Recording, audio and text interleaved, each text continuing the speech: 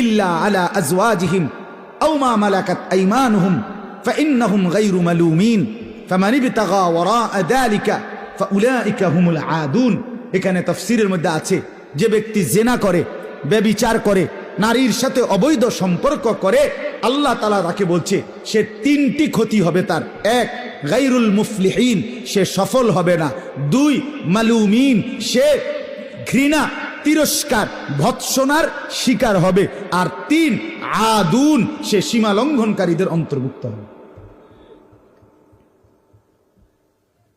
আমি কইলাম আর কি, খোলামেলা বলতে চাই, এজন্য আমার একটা ফিকির, আমার ছেলেদেরকে ফিরাইতে হবে, আমার সন্তানদেরকে বাঁচাইতে হবে, এই আশাই বলি, এজন্য বলতেছি। এবার আসেন, আল্লাহ নবী সাল্লাল্লাহু আলাইহি সাল্লাম বলছেন